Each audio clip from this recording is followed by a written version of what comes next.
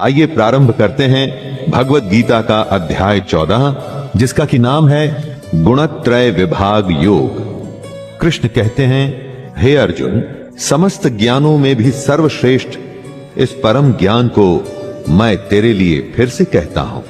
फिर से उस ज्ञान को बताएंगे जिसे जानकर बड़े बड़े ऋषि मुनि सिद्धि को प्राप्त हो गए थे। बार बार कितनी ही बार कृष्ण गीता में दोहरा चुके हैं कि ज्ञान जिसे हासिल हो जाता है वो परम सिद्धि को प्राप्त होता है, जन्म मरण के चक्कर से बच जाता है।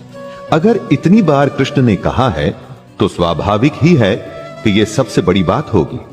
अपने इस ज्ञान के बारे में बताते हुए कृष्ण कह रहे हैं कि मुझ परमेश्वर में अनन्य योग द्वारा अव्याभिचारिणी भक्ति का होना।